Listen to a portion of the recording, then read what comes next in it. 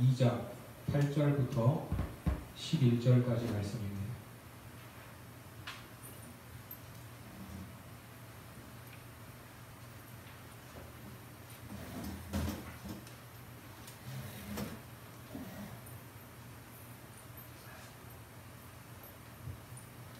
한 절씩 교독하겠습니다.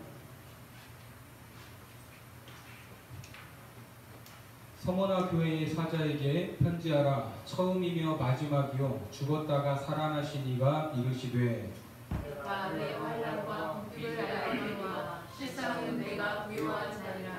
자칭 유대인이라 하는 자들의 비방도 알거니와 실상은 유대인이 아니요 사탄에 해당하라. 너는 장차 받을 고난을 두려워하지 말라. 볼지어다 마귀가 장차 너희 가운데에서 몇 사람을 옥에 던져 시험을 받게 하리니 너희가 10여 동안 환난을 받으리라. 네가 죽도록 충성하라. 그리하면 내가 생명의 멸류관을 내게 주리라. 같이 보겠습니다. 귀 있는 자는 성령이 교회들에게 하시는 말씀을 들을지어다. 이기는 자는 둘째 사망의 해를 받지 아니하리라. 아멘. 네, 오늘도 귀한 예배의 자리에 나오신 여러분들에게 하나님의 은혜와 축복이 넘치기를 바랍니다. 자, 이제 8월의 마지막 주일입니다. 기나긴 무더위도 이제 아주 조금 이제 물러가는 것 같은데요. 하나님께서 여러분들의 영혼과 육체를 늘 강건케 하시는 그러한 은혜가 있기를 바랍니다. 자, 오늘은 7교회 중 이제 두 번째 교회인 이 서머나 교회에 주시는 말씀입니다. 자, 이 말씀을 통해서 이 시대의 저와 여러분들 그리고 교회가 어떤 모습이 되어야 하는가에 대해 은혜를 나누도록 하겠습니다. 특별히 이 서머나 교회는 이 아픔, 이 고난과 아픔이 많았던 교회였습니다. 자, 우리가 보게 되는 이 소아시아의 7교회, 우리가 지난 시간에 어느 교회를 봤죠? 어느 교회를 봤어요? 에베소 교회. 자, 에베소 교회를 봤지만 이 에베소 교회에는 주님의 칭찬이 있었고 또 주님의 책망이 있었습니다. 이 잘하는 점과 부족한 점이 있었던 것입니다. 자, 이제 앞으로도 나오지만 자, 어느 교회는 이제 책망만 받는 교회도 있습니다. 그리고 어느 교회는 이제 칭찬만 받는 교회도 있어요. 자, 그러면 여러분들은 책망을 받고 싶으세요? 칭찬을 받고 싶으세요?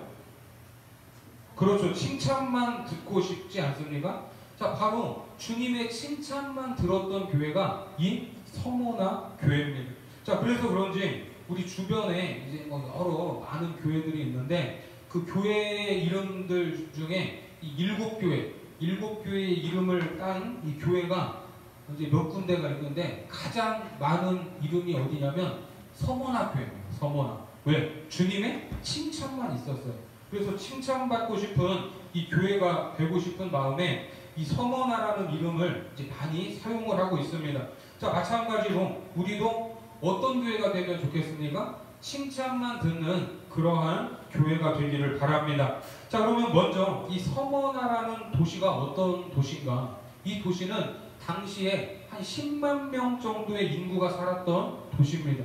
뭐 지금이야 10만 명의 인구면 그렇게 많은 규모는 아니지만 당시에 10만 명의 규모면 이 우리나라의 한 광역시 정도, 이 광역시 정도에 해당할 만한 큰 규모의 도시였습니다. 자, 그리고 이 서머나라는 이 지역은 이 지난 시간에 나왔던 이 에베소에서부터 출발을 하면 북쪽으로 한 64km 정도 떨어져 있었습니다. 64km 정도, 그 정도 떨어져 있었고, 에베소가 무슨 도시였죠? 그렇죠. 항구 도시였듯이 서머나도 역시 항구 도시였습니다. 이 서머나 앞에 이 에게해 들어보셨어요?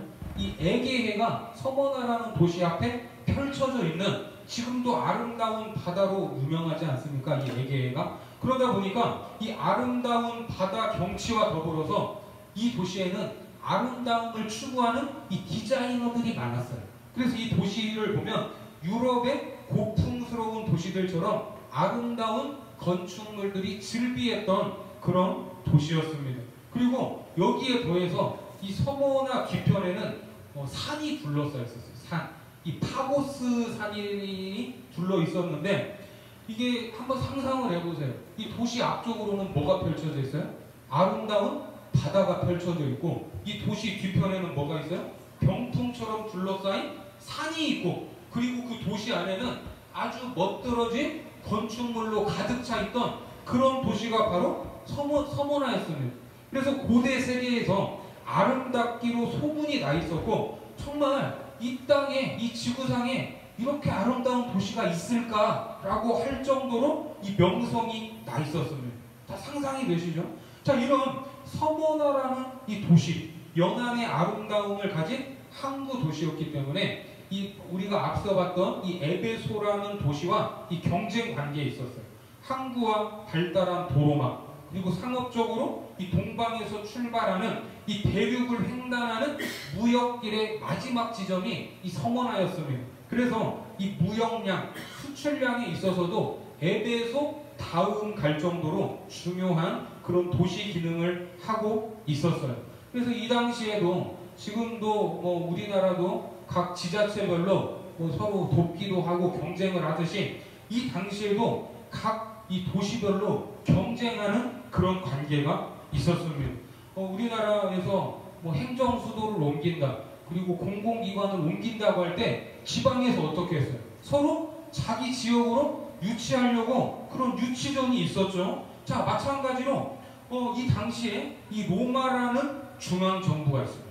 로마라는 중앙정부가 있었고, 이 로마에 잘 보이고 조금이라도 뭔가를 끌어오려고 하는 각 도시마다 이러한 노력이 있었습니다. 자, 이 당시에는 무엇이 가장 치열했냐면 각 도시마다 치열하게 유치하려고 경쟁했던 것이 로마 황제를 숭배하기 위한 이 신전, 그 신전을 어느 도시에 둘 것인가, 이거를 가지고 각 도시마다 경쟁을 하고 있었습니다.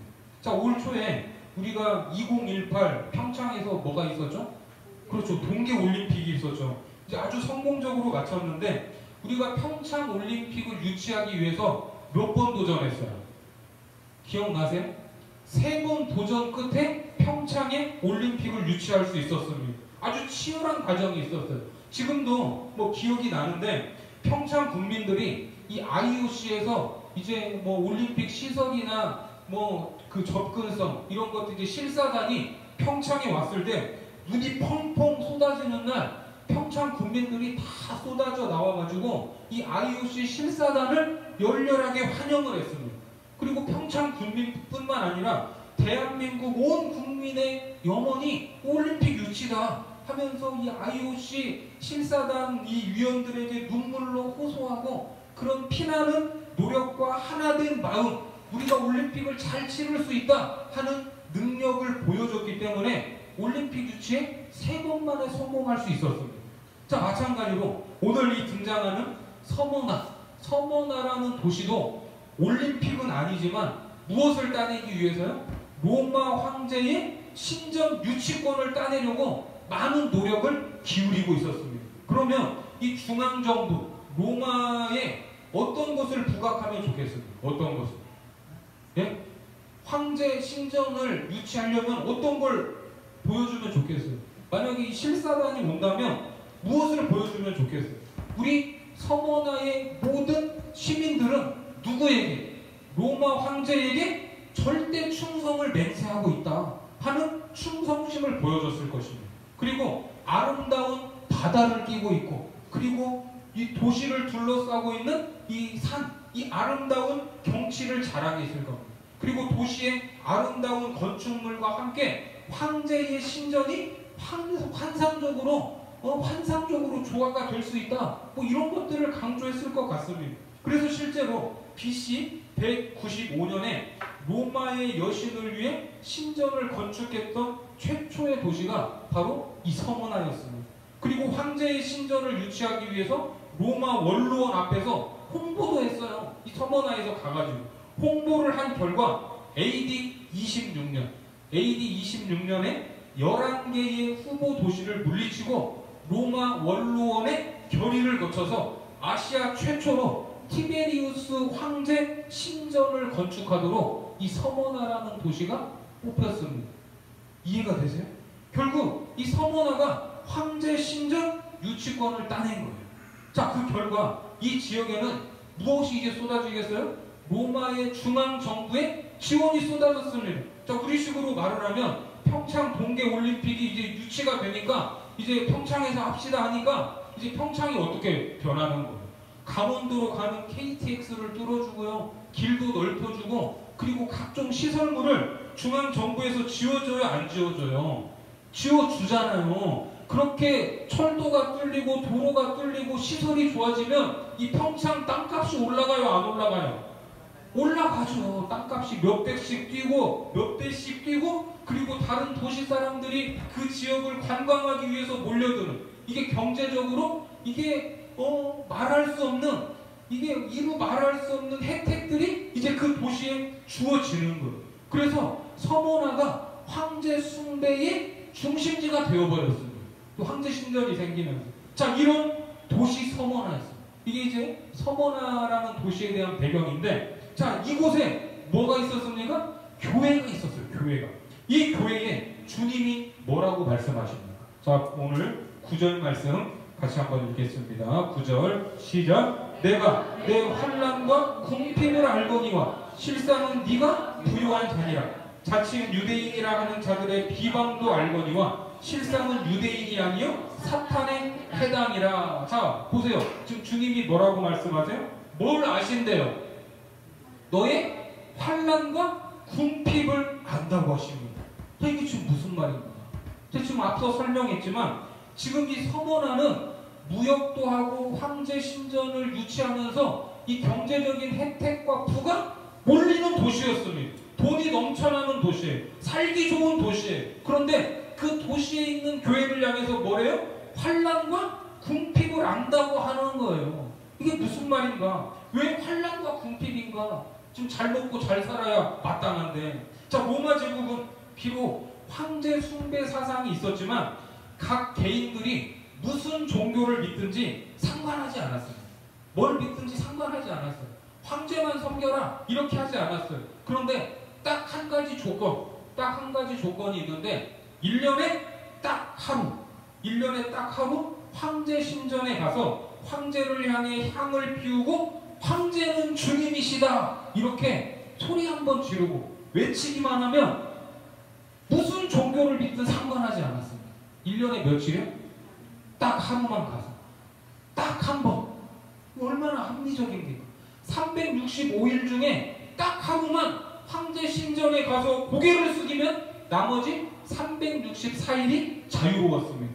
그러면 거기에서 이제 증명서를 발급을 해주는 거예요. 여기 황제 신전에 와가지고 이렇게 황제는 주님이시다 했다 하는 이 증명서를 딱 발급을 해줘요. 그 증명서만 있으면 1년 동안 어떤 신을 섬기든지 상관하지 않았습니다. 부담이 없었어요. 그런데 기독교인들은 그렇게 할 수 있어요, 없어요?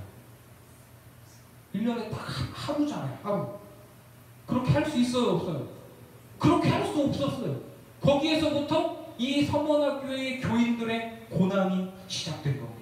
이러한 이유 때문에 그 도시에 돈이 넘쳐나고 있었는데 교인들은 뭐하고 있었어요? 궁핍하게 살고 있었어요. 경제적인 어려움에 시달려야 했습니다. 그것 때문에 감옥에 갇혔고 심지어는 순교를 당하기까지 했습니다. 예수님 대충 믿으면서 딱 하루만, 열흘도 아니에요. 365일 중에 딱 하루만 황제를 숭배하면 고난을 받을 이유가 전혀 없었습니다. 그런데 서문학교회는 타협을 했어요, 안 했어요? 타협하지 않았다는 거예요. 믿음을 지키기 위해서 고난을 선택한 것입니다. 자, 더군다나 9절 후반부에 보면 자칭 유대인이라 하는 자들의 비방도 알거니와 실상은 유대인이 아니요 뭐래요? 사탄의 회당이라. 자, 이 말은 무슨 말인가?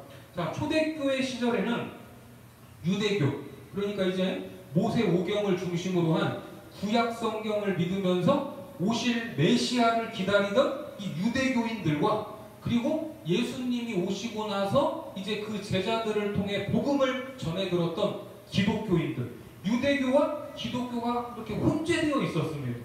자, 유대교는 예수 믿는 사람이 마음에 들었어요, 안 들었어요? 마음에 안 들었죠. 그래서 사도 바울 같은 경우도 이 유대교에 너무나 충실하다 보니까 예수 믿는 것들은 어떤 것들이에요? 이단인 거예요. 이단. 어디서 왜 무슨 예수를 믿냐? 저주받아서 십자가에 죽은 그 인간을 왜 믿냐 해가지고 열심을 내서 예수 믿는 사람들을 잡아다가 가두지 않았습니까? 그런데 그 당시에 제3자가 봤을 때, 로마가 봤을 때는 유대교나 기독교나 이게 뭐예요? 다 그 나물에 그 밥인 거예요. 뭐 그냥 비슷한 거예요. 최근 언론에 나오는 김기동 목사의 성낙교회, 그 이단입니까 아닙니까? 이단이죠. 그리고 지금 지금 요 며칠간 무슨 피지로 신도들 몇백 명이 갔다면서요. 거기가 낙원이라고 하면서 그 은혜로 교회 지금 떠들지만 거기도 역시 이상해요. 그런데 세상 사람들 눈에는 그게 2단인지 3단인지 다 똑같은 이 사회에서 사라져야 할 그냥 개독교일 뿐입니다. 네? 그러니까 초대교회 시절에 그랬어요. 유대교와 기독교가 섞여 있었습니다. 자, 그런데 복음이 전파되면서 많은 유대교 신자들이 이제 기독교로 가는 거예요. 개종을 하는 거예요. 예수님을 나의 구주다 이렇게 고백을 하는 거예요. 그러니까 유대교 입장에서는 지금 누구를 뺏기는 거예요? 자기 성도들을 뺏기는 거예요. 네? 지금 유대교를 믿는 사람들이 이제 예수를 믿기 시작하니까 이제 위기 의식이 생겼습니다. 그래서 유대교의 유대인들이 로마 정부에 누구를 고소하는 거예요? 기독교인들을 고소하기 시작했습니다. 쟤네들과 우리는 다르다. 저 기독교인들은 우리 유대교랑 다르다.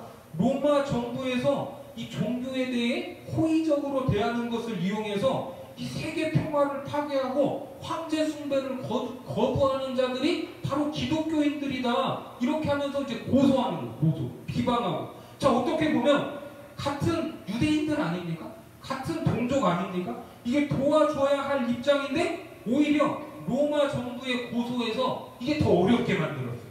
그 사람들이 뭐예요? 자칭 유대인이었어요. 자칭 유대인이었지만 주님은 그들을 뭐라고 말씀하십니까? 사탄의 회당이라고 하십니다. 그러니까 로마 정부의 입장에서는 기독교인들이 지금 어떤 거예요? 정부 방침에 협조를 하는 거예요? 안 하는 거예요? 안 하는 거예요. 지금 올림픽을 유치하려고 온 나라가 힘을 모으고 있는데 그 지역에 가서 우리는 올림픽 반대한다 피켓 들고 시위하는 사람들이 있으면 그게 좋게 보이겠어요? 안 보이겠어요? 좋게 안 보이죠. 미움을 받을 수밖에 없죠. 그래서 이런 고소와 고발이 핍박으로 이어질 수밖에 없었습니다. 황제 숭배를 거부하는 것 자체가 반역자로 찍히는 일이었고 그 결과 로마 제국은 유대인들에게 허락했던 하나님을 예배하는 생활 그리고 이 자유를 기독교인들에게는 허락해요 안 해요? 허락하지 않았어요. 왜? 황제 숭배를 거부하니까. 그래서 9절에 나오는 환난과 궁핍을 한다 하는 이거는 단순히 우리가 상상하는 정도의 환난과 궁핍이 아니에요. 여기에 나오는 이 환난이라는 말의 어원을 보면 이게 찌그러진다는 의미를 가지고 있어요. 뭐라고요? 찌그러진다. 이게 환난이에요. 매일의 삶이 발각되지 않아야 하는 긴장감 속에 있었습니다. 거기다가 처자식을 부양하기 위해 벌어 먹고 살아야 되는데 기독교인들에게 일자리를 줘요 안 줘요? 일자리를 안 주는 거예요. 예? 공식적으로 돈을 벌 수 있는 기회가 없었습니다. 그러니까 이 성원학교회의 이 성도들의 삶은 갈수록 경제적으로 궁핍한 삶일 수밖에 없었던 거예요. 자, 여기에 나오는 이 궁핍이라는 말도 성경에서 한 두세 가지 정도로 구분을 해서 사용을 하는데, 자, 우리가 좀 궁핍하다, 가난하다, 뭐 이러한 말을 쓸 때 조금 가난해도 먹고 살 만큼의 형편이 되는 그런 가난이 있습니다. 내가 어디 그 비싼 그 호텔 식당을 못 가서 그렇지, 그래도 어디 저기 마트에 있는 푸드코트는 갈 정도 돼요. 그래도 그 사람이 느끼기에는 아, 그래, 우리는 좀 가난한 형편이다, 이렇게 말할 수 있죠. 먹고 살 만한 형편이 되는 가난이 있어요. 그래도 가난하다, 궁핍하다 말할 수 있습니다. 그런데 오늘 본문에 나오는 이 궁핍, 이 푸토코스라는 이 말은 어떤 의미냐면 거지 같은, 예? 거지 같은, 아무것도 없는 궁핍을 의미합니다. 예? 나는 스파게티 먹고 싶은데 라면 끓여 먹을 수밖에 없는 그런 궁핍이 아니라 지금 집에 라면도 있어요. 집에 라면도 없어요. 근데 라면 살 돈도 없어요. 그런 궁핍이에요. 그런 궁핍. 예? 여러분 이런 궁핍을 경험해 보셨나요? 예? 집에 라면도 못 사 먹으실 그런 분들 계세요? 저도 이런 궁핍을 경험해 본 적은 없습니다. 그러니까 이게 감이 잘 안 와요. 자, 예를 들어서 이제 이 서머나에서 장사를 해야 되는데 황제를 숭배했다는 증명서가 있으면 황제 그 신전에서 찍어준 이 직인이 있으면 한 달에 한 1,000만 원, 2,000만 원을 벌 수 있어요. 이 돈이 많은 도시니까. 근데 1,000만 원, 2,000만 원을 벌어도 세금은 한 10만 원만 떼가요. 그 증명서가 있으면. 그런데 그 증명서가 없으면 겨우 일용직 해가지고 한 달에 100만 원을 겨우 벌었어요. 그런데 그 증명서가 없으면 세금으로 한 50만 원 떼가는 거예요. 그럼 이게 살 수 있어요, 없어요? 이게 말도 안 되는 것 같죠? 그런데 이 당시에 로마의 정책이었습니다. 국가 정책이었어요. 이런 일들이 하루 이틀에 끝나는 일이 아닙니다. 집요하게 정책적으로 조직적으로 물고 늘어지는 일상의 사건들이었습니다. 그렇다면 이것을 견뎌내고 이겨내는 게 엄청 힘들겠습니까? 아니면 죽도록 어렵겠습니까? 예? 어떻게 했어요? 그렇죠. 힘들기도 하고 어렵기도 하겠죠. 예? 여러분들은 이런 상황에서 그래도 나는 버틸 수 있다. 나는 할 수 있다. 이렇게 말할 수 있습니까? 그러기가 쉽지 않아요. 나만 조금 고통받다가 그래 그냥 순교할 마음으로 죽자. 이렇게는 뭐 하실 분들이 있을지는 모르겠지만 자기 홀몸이면 혹 그렇게 생각할 수도 있어요. 그런데 내가 예수를 믿는다는 이유로 나만 혼자 힘든 거는 감당할 만한데 지금 누구까지 굶고 있어요? 자기 자식까지 굶고 있어요. 지금 집이 엉망이에요. 그걸 두 눈으로 바라봐야 된다면 이게 언제 끝날지도 모를 상황이라면 아무도 장담할 수 없는 것입니다. 그런데 이 모든 환난과 궁핍을 믿음 하나로 버텨내고 이겨내는 것이 결코 쉬운 일이 아니었지만 서머나 교회 성도들은 이거를 해내고 있었어요, 없었어요? 해내고 있었어요. 그 어려운 걸 해내고 있었어요. 예? 그 어려운 거. 그 부자의 동네에서 잘 먹고 잘 살 수 있었지만 예수를 믿는다는 이유 하나만으로 잡을 수 있는 모든 기회를 포기했고 가난을 선택했고 처자식들이 이 굶는 것을 보면서 온갖 불이익을 감내하며 살고 있었습니다. 믿음 하나만 붙잡. 이처럼 그들의 처절한 몸부림을 누가 보고 계셨어요? 주님이 다 보고 계셨어요. 그래서 말씀하세요. 환난과 궁핍을 내가 안다. 아멘이십니까? 사실 이런 일들은 불과 몇십여 년 전에 일제치하에서 믿음의 선배들이 신사참배 문제로 당했던 고난이기도 합니다. 이 주기철 목사님의 일화가 있어요. 자, 어떤 일화가 있냐면 하루는 주기철 목사님이 이제 감옥에 있다가 이 순사들이 오늘 석방이다. 네? 오늘 석방이다 하면서 차로 집까지 데려다 주겠다고 차에 태웠대요. 차에 이제 집에 간다고 하니까 영문도 모른 채 자동차에 몸을 싣고 가는데 이제 집에 가까이 오니까 저 앞에 누가 나와 있냐면 이 주기철 목사님의 어머니가 나와 있고 아내가 나와 있고 그 사모님이 나와 계시고 그리고 자녀들이 기다리고 있더라는 거예요. 저 앞에 보니까. 그런데 그때 일본 형사가 차를 멈추더니 어이 주선생, 주목사 지금 차 안에는 우리만 있고 주목사 당신을 보는 사람은 아무도 없어. 저기 지금 가족들도 나와서 기다리고 있는데 저쪽 방향 일본 신사를 향해서 딱 한 번만 고개를 숙이면 가족들을 만날 수 있어. 이렇게 제안을 하더라는 거예요. 예? 일본 그 순사들이. 여러분들이면 어떻게 하시겠습니까? 예? 아무도 안 봐요. 그 순사들만 차 속에서 일본 신사를 향해서 고개 딱 한 번만 숙이래요.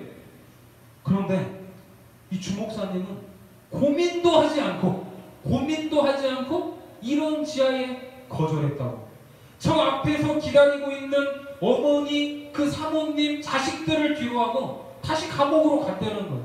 아무도 보지 않았지만, 어떤 의식적인 행동도 아니었지만 딱 한 번 눈을 감고 고개만 숙이면 된다는 이 제안조차 거절했다는 것입니다. 그것이 일본 신사를 향하는 의미가 있다면 그것이 뭐예요? 주님을 배신하는 일로 여겼던 것입니다. 아멘이십니까? 왜 아멘을 안 하세요? 네? 우리는 지금 북한이나 이슬람 국가처럼 이런 극단적인 상황 가운데 살아가고 있지는 않습니다. 믿는 것도 자유롭고, 이 교회가 싫으면 언제든지 다른 곳으로 옮겨 다녀도 될 만큼의 많은 교회가 우리 주변에 있습니다. 한 달에 아마 한 교회씩 옮겨 다녀도 지금 평생 다 못 다닐 교회가 지금 우리나라에 있잖아요. 얼마나 많습니까? 그러다 보니까 신앙생활을 대충 하면서 살려고 하면 이런 고난이 있겠습니까? 없겠습니까? 네? 이런 고난을 만날 리가 없죠. 고난이 없습니다. 하지만 예수님의 제자로서 제대로 살아가려고 하면 고난이 있을까요? 없을까요? 고난이 있죠. 당연히 있습니다. 우리가 진정한 그리스도인이고 하나님이 기뻐하는 모습으로 이 땅을 살아가려고 한다면 우리는 서머나 교회가 겪었던 고난이라도 각오해야 될 줄 믿으시기 바랍니다. 그렇게 각오를 해야 돼. 그렇게 찢어지게 가난하다 못해서 죽을 위험에 처해진 그 교회를 향해 주님이 역설적인 말씀을 하시는데 뭐라고 말씀하세요? 실상은 네가 가장 부유한 자다. 이렇게 말씀을 하시는 거예요. 지금 라면 사 먹을 돈도 없는, 네가 제일 부자래. 여러분 이해가 되십니까? 믿음 때문에 궁핍하고 언제 무슨 일을 당할지 모를 그들에게 사실은 너희가 가장 부자야. 이해가 되세요? 자, 이어서 10절 말씀 같이 한번 읽겠습니다. 10절 시작. 너는 장차 받을 고난을 두려워하지 말라. 볼지어다 마귀가 장차 너희의 가운데서 몇 사람을 옥에 던져 시험을 받게 하느니 너희가 10일 동안 환난을 받으리라. 네가 죽도록 충성하라. 그리하면 내가 생명의 관을 내게 주리라. 자, 여기에 보면 마귀가 몇 사람을 옥에 던져 시험을 받게 한다고 말해요. 그리고 이 며칠 동안 10일 동안 환난을 겪는다고 합니다. 자, 여기에 나오는 이 시험은 유혹이라는 의미가 아니라 테스트라는 의미, 단련하다라는 의미의 시험입니다. 고난 앞에서 이 욥이 고백한 말이 뭐죠? 그가 나를 단련하신 후에 내가 정금같이 나오리다 하는 이 고백처럼 그러한 단련을 의미하는 시험으로 이 시험을 통해서 욥은 뭐가 된다고요? 정금처럼, 순금처럼 나온다고 고백을 했어요. 이 시험을 통해서 금을 뽑아내는 거예요. 자, 다니엘서 1장 12절부터 15절까지 말씀 우리 같이 읽도록 하겠습니다. 시작. 청하오니 당신의 종들을 열흘 동안 시험하여 채식을 주어 먹게 하고 물을 주어 마시게 한 후에 당신 앞에서 우리의 얼굴과 왕의 음식을 먹는 소년들의 얼굴을 비교하여 보아서 당신이 보는 대로 종들에게 행하소서 하매 그가 그들의 말을 따라 열흘 동안 시험하더니 열흘 후에 그들의 얼굴이 더욱 아름답고 살이 더욱 윤택하여 왕의 음식을 먹는 다른 소년들보다 더 좋아 보인지라. 자, 이 내용 다 아시죠? 여기에 보면 다니엘의 세 친구를 며칠 동안 시험을 하죠? 며칠 동안? 열흘 동안 시험을 했습니다. 이 10일의 시험 기간을 삼아서 하나님께 대한 전적인 신뢰의 진실성을 이제 증명을 하는데 이 시험은 누가 자청한 시험이에요? 다니엘과 세 친구들이 자청한 시험입니다. 그들이 이방신, 우상에게 바쳐진 이 제물을 먹을 수 없다 하는 신앙적인 이유로 스스로 자청한 시험이었어요. 자, 마찬가지로 오늘 서머나 공동체, 서머나 교회 역시 며칠 동안 환난이 있다고 그래요? 10일 동안, 열흘 동안 주어진 환난을 통해서 그들의 신앙의 순수성을 증명해 보여야 했던 것입니다. 물론 서머나의 10일은 실제로 이 열흘이라는 그러한 그 문자적인 기간이 아니라 비록 얼마가 될지는 모르는 이 고난의 기간이지만 그 고난의 기간은 10일처럼 짧다는 것입니다. 짧다는 것. 그 고난의 기간. 이해가 되세요? 자, 지금 다니엘과 세 친구들의 눈앞에는 뭐가 있었어요? 왕의 진미가 있습니다. 마음만 바꾸면 언제라도 먹을 수 있는 왕의 진미가 놓여 있었어요. 하지만 신앙 때문에 이 왕의 진미를 거부하고 자기네들은 뭐 먹겠대요? 그냥 풀만 먹겠대요. 풀만 먹어야 하는 이 고통을 선택한 것입니다. 오늘 서머나 교회 역시 서머나라는 부자 도시, 돈이 넘쳐나는 도시에서 1년 중 딱 하루만 황제를 숭배하면 이 발급받은 증명서를 가지고 모든 것들을 자유롭게 할 수 있었는데 그 모든 것들, 자기들이 누릴 수 있는 것들을 믿음 때문에 포기해야 했던 것입니다. 이해가 되시죠? 그 풍요로움 속에서 뭘 선택했어요? 환난과 궁핍을 선택을 한 거예요. 오늘날 우리도 이 세대가, 여러분 어떻게 느끼시는지 모르겠지만, 여러분 풍요롭습니까? 풍요롭지 않습니까?